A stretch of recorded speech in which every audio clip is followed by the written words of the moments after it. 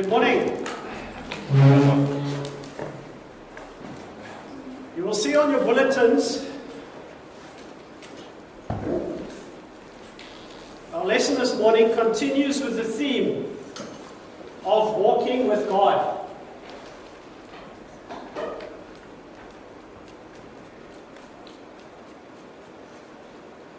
And this morning we'll look at an incident commonly referred to as Daniel in the lion's den. Daniel's walk with God should be an inspiration to all of us. Daniel started his walk with God, as you probably all know, between the ages of 15 and 17 years old, Jade's age, where he determined not to defile himself with the food of the Babylonians, etc. But not only is Daniel an inspiration to younger people, he should also be an inspiration to older people. This incident that we'll look at this morning, Daniel in the lion's den, occurred when Daniel was probably in his mid-80s. So from the age of 15, 17, right through to his mid-80s, Daniel walked with God, and he should be an inspiration to all of us. Who of you know the story of Daniel in the lion's den? Or who of you have read the story of Daniel in the lion's den? Okay, there are a few of you. It's a long chapter, so we're not going to read all the verses. Please, at home, it is on your bulletins, Daniel chapter 6, verses 1 through to 28. I'm going to give you an outline of the lesson. Make notes of it. And then when you get home, read through the chapter and see exactly the points that we've highlighted this morning. As you will see, the first point is the trap is set. Now we all know when we read through Daniel chapter 6, or actually the whole book of Daniel, Daniel is very successful. He is appointed one of 3 governors over the land of Babylon, which was conquered by the Medes and the Persians. But Daniel distinguished himself above all the other governors of the land. And his success was due to his excellent spirit. The Bible tells us, not cunning or political maneuvering, which proves that you can be successful in business without having to compromise your character. Darius even contemplates placing Daniel over the whole kingdom. And what happens when somebody is successful? There are people that envy them. And that is exactly what happens to Daniel. He is envied by the rest of the governors of the country. Even the most godly men have their enemies. Look at David and look at Jesus. But his noble character is attested to even by his enemies, in that they cannot find any flaw or error in him, because he was faithful, trustworthy, and dependable. So his enemies determined that there is only one way to defeat him,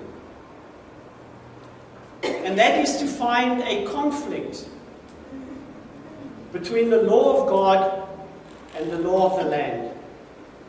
And then they set out to create this conflict with Daniel. So Daniel is targeted by his enemies, and his enemies approach the king. And they come to a king with a very fine-sounding idea. And they say to him, "Why don't you propose a royal decree?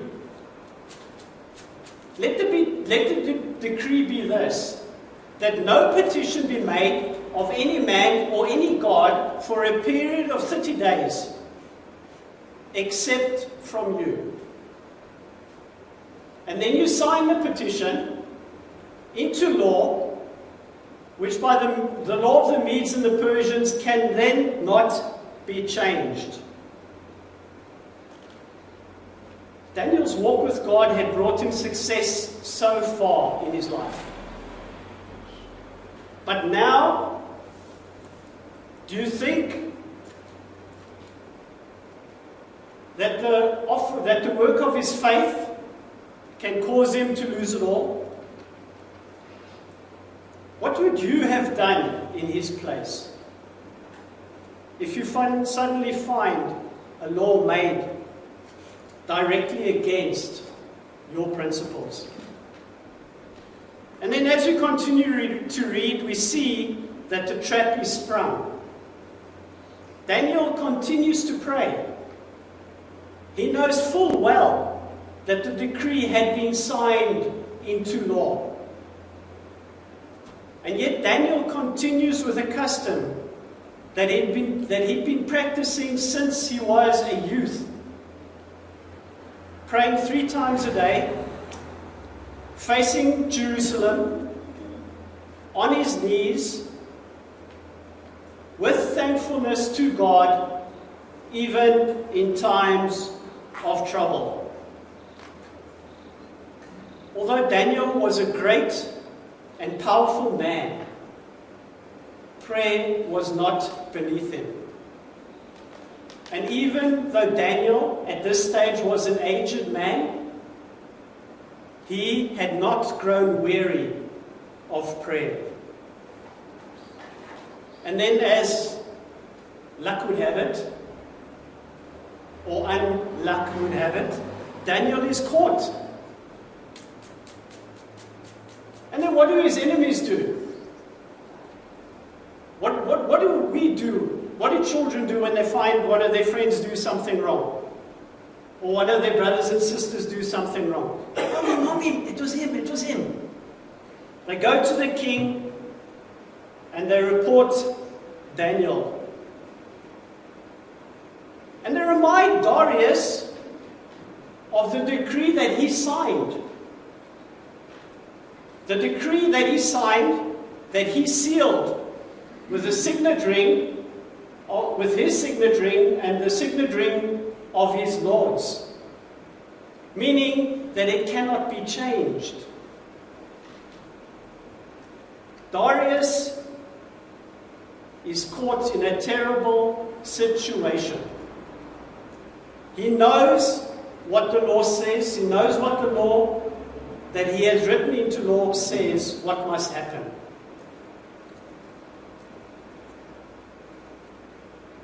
So Darius sends Daniel to the lion's den. He's forced to abide by his own decree. He cannot change it. And Daniel's enemies pressure the king to stand by the decree that he's made. So Daniel is thrown into the lion's den. But yet, the king remains hopeful that Daniel's God will deliver him. Daniel's God, whom he walked with his whole life, will deliver him from the lion's den.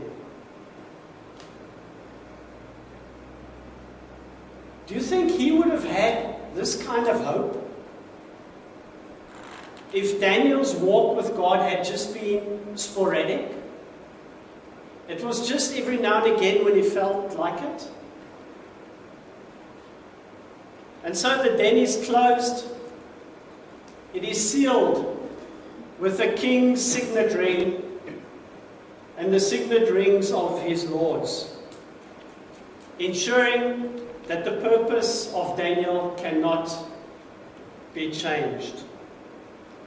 So it appears that Daniel's enemies have won. The den is closed, the den is sealed, but yet, do you think that any stone or any seal can keep God from accomplishing His purposes? Do you think that any stone or seal can keep God from accomplishing His purposes?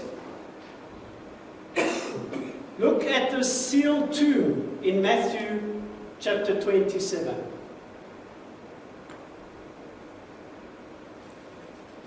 And so finally the trap is spoiled. Darius is worried. He spends the whole night restless, fasting, and without his musicians. He is clearly worried about what will happen and what will become of Daniel. His concern is evident because the scriptures tells us that early in the morning he rushes to the den and he cries out to Daniel with a lamenting voice, wondering if Daniel's God had delivered him. And then Daniel replies to the king, respectful as ever, when he says, "O king, live forever." An example of blessing those who persecute you. And with it, he brings word of God's great deliverance, saying that God had sent an angel who closed the mouths of the lions. And again he confirms his innocence before God and without blame before the king. Darius removes Daniel from the den, exceedingly glad that no harm had befallen Daniel. Daniel is delivered from the lions because he walked continually with his God. And then this is the part where everybody gets glad. The conspirators are executed, cast into the same trap that they had intended for Daniel. Proverbs chapter 26 verse 27 tells us that those who create a trap will fall into it themselves. Those who lay a snare will be caught in it themselves. And as often happens, those who set the trap are caught in it. So Daniel's enemies are thrown into the lion's den, as they had intended for Daniel, together with their families. And so God is exalted because Darius makes a decree that the God of Daniel is the living God. His kingdom is indestructible. His dominion is everlasting. Another pagan king who comes to realize who is actually in command. And you'll recall from a few weeks ago, Nebuchadnezzar also came to the same realization. And then Daniel continues to prosper under the reign of Darius and then under the reign of Cyrus, who succeeded him. So what are some of the signs that this aged man walked with his God? He was a man with an excellent spirit. He was a man that was faithful to those over him. He was a man who was faithful. He was dependable. He was a man where no fault could be found in him. He was blameless before God and before man.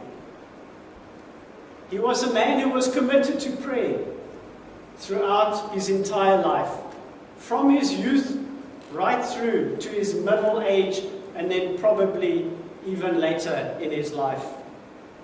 And Daniel was a man who was willing to obey God rather than to listen to the statutes that a man tries to make.